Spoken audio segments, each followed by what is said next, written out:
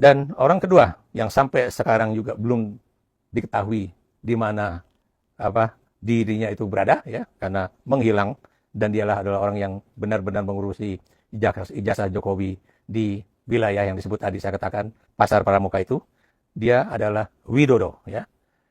Jadi inilah dua orang yang benar-benar akan menjadi kunci yang membuka kasus dari yang disebut dengan kasus ijazah palsu Jokowi ya. Dan apa yang dikatakan oleh Bambang Betor Suryadi, atau disebut juga kadang-kadang dipendekkan namanya jadi BBS ya. Dia mengatakan bahwa ada beberapa nama yang dia sebutkan ya. Ada yang namanya Anggit Nugraha, David, dan juga Nugroho. Ini adalah tim Solo ya. Jadi itu ada yang dari tim Solo itu namanya Anggit Nugroho, David, dan juga Nugroho ya. Ada Anggit Nugraha, David, dan Nugroho. Dan kemudian ada juga yang tadi saya katakan Dhani Iskandar, Indra, dan juga Yulianto. Ini disebut sebagai tim Jakarta ya. Dan ada juga nama seorang politisi dari PDIP ya. Beliau dulu pernah menjadi ketua DPRD DKI Jakarta ya, Prasetyo Edi Marsudi ya. Ini yang kemudian juga boleh dikatakan orang-orang yang boleh dikatakan menangani apa yang disebut dengan apa istilahnya itu, bagaimana ijazah Joko Widodo itu dibuat ya. Atau paling tidak orang-orang ini adalah orang yang tahu ya tentang kasus ijazah palsu Jokowi ya. Ada juga yang berasal dari Gerindra ya, M. Syarif ya, dan kemudian juga Juri Ardiantoro ya, mantan KPUD DKI dan juga KPU ya. Ada juga seorang yang nama yang juga saya kenal baik ya, Andi Wijayanto ya. Dia mantan sekretaris kabinet dan juga gubernur Lemhanas. Dia juga disebut-sebut ya sebagai orang yang tahu, tapi Andi udah membuat suatu klarifikasi ya secara langsung ya terhadap media tadi saya katakan media sosial ya, kalau nggak salah TV Sentana, bahwa dia memang tahu orang-orang itu, tapi dia tidak tahu bagaimana ijazah itu dibuat ya, dan kemudian juga dia tidak terlibat dalam kasus pembuatan ijazah tersebut ya. Jadi sudah clear ya.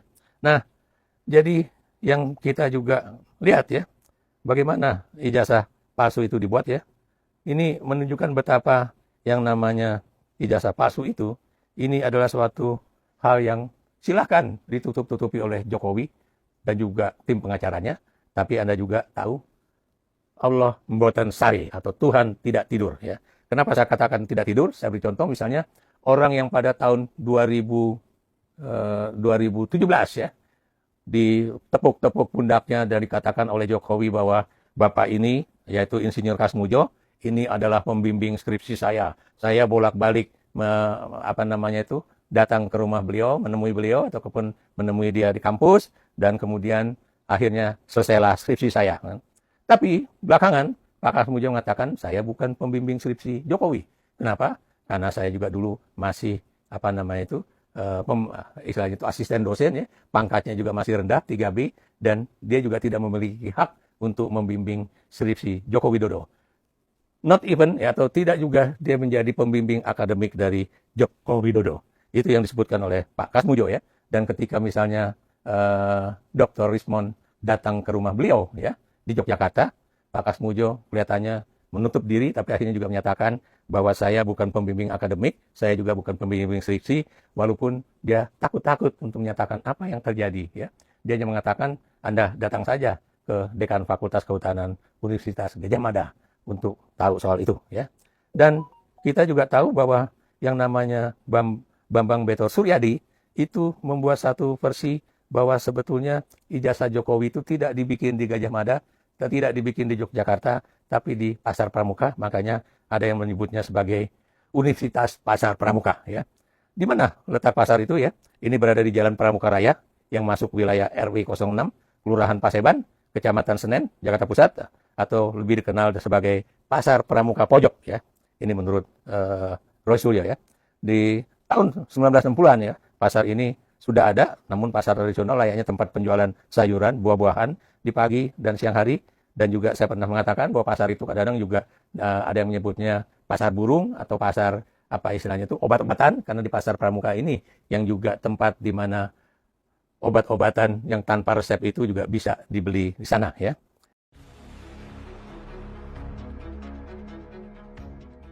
Ayah kamu. Orang dari Prancis sana sudah bisa menjabarkan, Bang. Gimana sih? Nah, makanya ketika saya mencoba untuk mengikuti alur pembicaraanmu, alur paradigmanya, kamu nggak mau dianggap kamu itu seolah-olah tersimpan bahwa NU itu adalah organisasi jahat karena PBNU tidak menghentikan Yakut. Ya, Itu kalau kan. PBNU secara struktural tidak mau disebut sebagai organisasi jahat, maka mereka satu, Oh dua ya saja. berarti ya kan? Dua, Clear kan? dua. Clear kan? Dua Kamu saja. menganggap organisasi jahat kan? Sebentar, abang-abang potong-potong itu masalah. Itu sudah sejak tadi. Saya kira Kalau PBNU tidak mau disebut sebagai organisasi jahat, dua syaratnya. Satu, mereka harus memberhentikan Yakut. Yang kedua, mereka harus bicara tentang di mana suruh ditangkap itu Yakut. aduh kamu itu picik pikiranmu ini. Loh, Picik. Gini, Kok Bang Yamin picik? sikit aja. Bang Yamin gini sikit aja, biar jangan. Itulah biar makna jangan oknum itu. Kalau tidak jangan gunakan kata oknum, kader NU. Gini, Begitu Bang aja. Yamin sikit aja, biar jangan musing-musing. Ini jujur aja, kalian sama-sama kuat pada prinsip narasi masing-masing. Jadi sebenarnya persoalannya itu sedikit aja. Jangan paksakan pemikiran Bang Aliman mengikuti mau apa yang ada di benak Bang Yamin. Begitu sebaliknya. Karena memang kalian sama kuat-kuat secara pendirian narasi gitu. Itu udah fix itu. Nggak usah lagi didebatkan lagi. Kenapa begini ya? Kau yang memaksa. Oke, kalau gitu. Boleh ku jawab ya Bang ya? Sebentar aja. Nah, begini, biar dulu melebar. Ini Satu diskusi menit, biar melebar setengah dulu, menit, Bang Yamin. setengah Begini, menit. Bang Yamin, jangan dulu simpulkan. Biar Kamu kami itu kan melebar ini. seolah-olah menjadi sumber kebenaran segala Bukan. Bang Solusi jangan potong. Bang Aliman izin aku setengah menit. Ku jawab dulu dia ya. Narasi saya tidak memaksakan narasi saya terhadap cara berpikir saya terhadap Bang Aliman. Tapi itu cara berpikir negara, cara berpikir hukum. Itu kata hukum. Gimana Anda? Lanjut. Semua narasi benar, tinggal bagaimana konsisten para pengurus di PBNU bisa membenahi. Kalau dianggap sampah, ya harus dibersihkan. Kalau dianggap penyakit, ya harus dibersihkan. Intinya bagaimana cara membersihkan, nah itulah yang harus diurus. Pak Tino. Menutupi itu apa kebaikan orang itu nggak Gini, Bang boleh. Ambang, intercept dulu sebentar. Tadi kan Bang Ambang ngomong Pak Prabowo bagus dalam mengatasi korupsi, koruptor ya kan. Saya tanya, zamannya siapa itu koruptor, Bang? Lah makanya Jokowi itu menunjuk Pak Prabowo.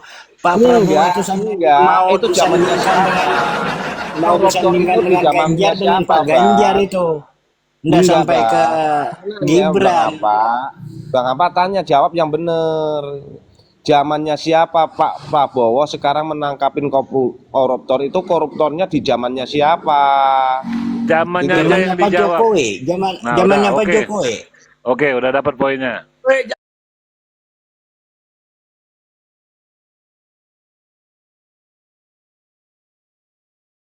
Menurut saya itu mungkin ada memang gambaran-gambaran ke situ ya, karena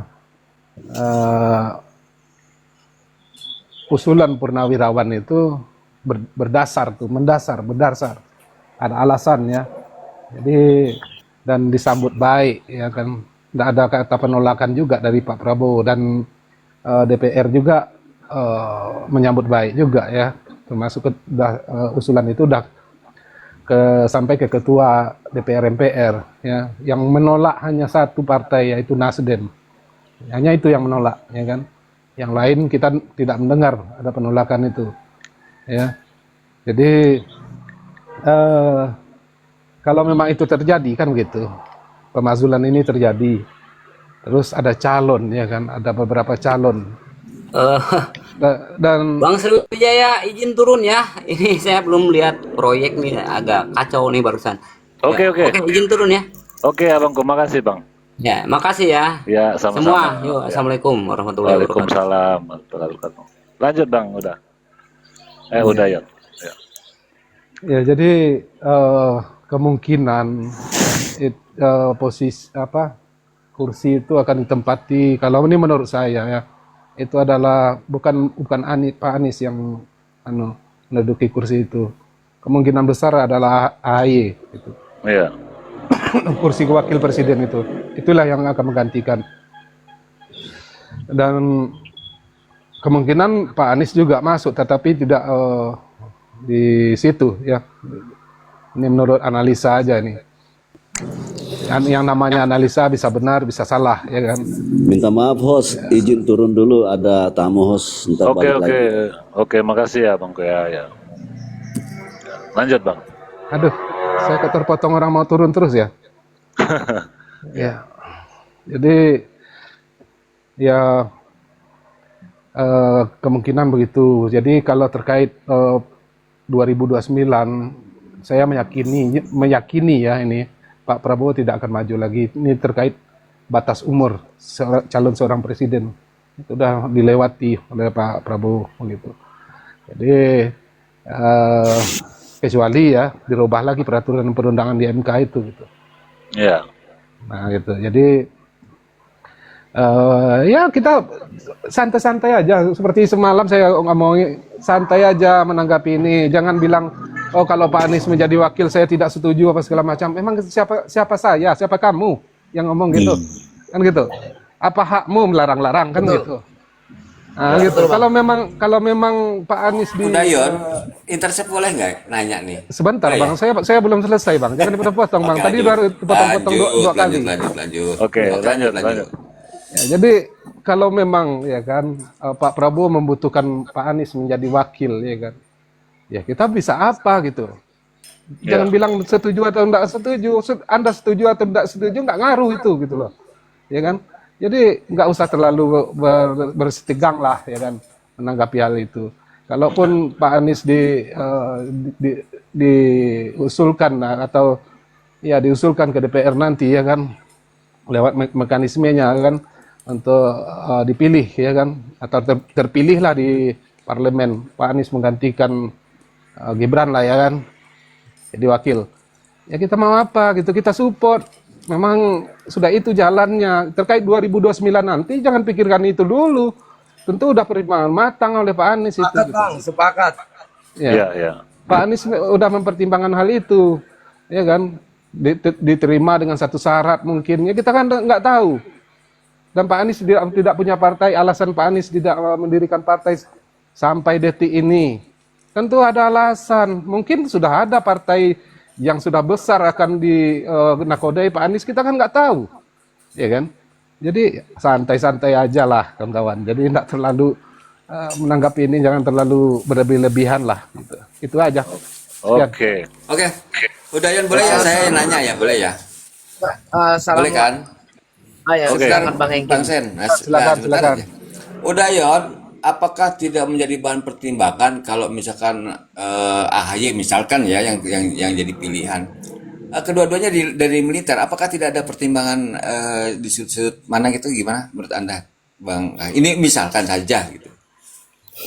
Maksudnya gimana nih pertanyaannya? Saya kurang paham. Ya kan Prabowo dari mantan militer, AHY juga dari mantan militer. Apakah tidak ada pertimbangan di diskusi itu, jadi permusyawaratan itu nantinya? Ini masalahnya kan ada transaksional politik. Kita juga tidak tahu, Bang, ya kan? Oke. Yang diharap Pak Prabowo dari Demokrat tentu ada kan begitu. Begitu pula AHY, ya kan? Dia berharap menjadi wakil. Tentu ada yang kita nggak tahu ini ada transaksional apa kan gitu dalam politik. Ya politik itu biasa, Bang. Ya Oke. Kepentingan saya ini. Oke. Tahan dulu Bang Hengki. Ya, saya ke Bang Sem dulu, belum pernah narasi dari tadi. Ya, silakan Bang Sem. Assalamualaikum warahmatullahi wabarakatuh. Selamat sore, selamat siang semuanya. Ya. Salam sejahtera untuk kita semua. Ada abang-abang semua yang mempunyai pemikiran soal sangat luar biasa. Ya, salam paling hormat dari saya. Terima kasih kepada host. Jadi kalau menanggapin tema yang saat ini, ya kalau saya sih, pandangan saya, apa salahnya kalau Pak Anies untuk dipilih menjadi orang nomor 2? Nggak ada salah, siapa yang menyalahkan? Karena orang-orang yang dengki pemikiran sempit aja. Kita mau perbaiki bangsa dan negara kesatuan Republik Indonesia yang sudah dihancurin Jokowi sama partai PDIP. Ini keren. siapa yang bisa untuk ngomong ke PBB, siapa yang bisa untuk maju duduk bersilaturahmi bersama rakyat, tiba-tiba rakyat demo, hanya Pak Anies Rashid Baswedan. Itu loh, kita harus pikir ke depannya. Kalau kita pikir ke belakang kayak belimbing sayur, aduh, kualitasnya mah kita tahu.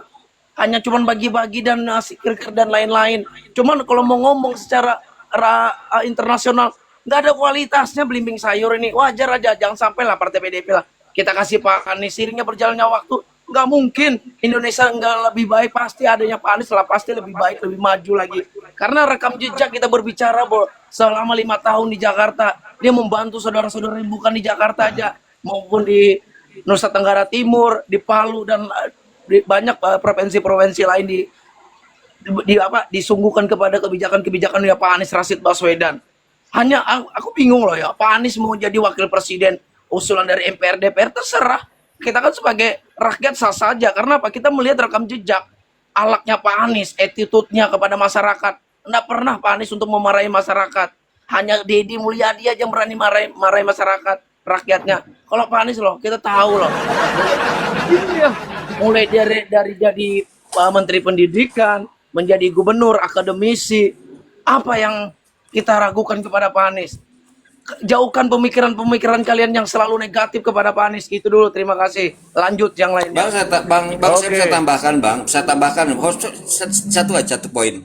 Anies juga dibutuhkan ketika konflik di Timur Tengah, Bang. Karena Anies punya kedekatan ke sana, ke Arab Saudi, ke negara-negara oki ya. Dia punya kedekatan itu. Terima kasih, lanjut. Oke, Bang Ahmad. Bang Sam ngomongin belimbing sayurnya itu jangan ke Bang Hampa Barat ya. Itu Bang Hampa Barat marah. Oke, saya sapa dulu nih. Ada Bang Yuas, ada Bang Dola nih. Selamat siang, Bang. Assalamualaikum. Waalaikumsalam warahmatullahi wabarakatuh. Selamat siang, Bang. Ya. Bang Yuas dulu. Oke, saya silakan ke Bang Yuas dulu. Silakan Bang Yuas.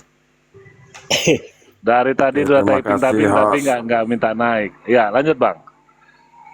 Enggak, karena akun saya yang kuda hitam itu hilang begitu tanpa kesan di komalnya Yurah tadi pagi, ke blokir permanen.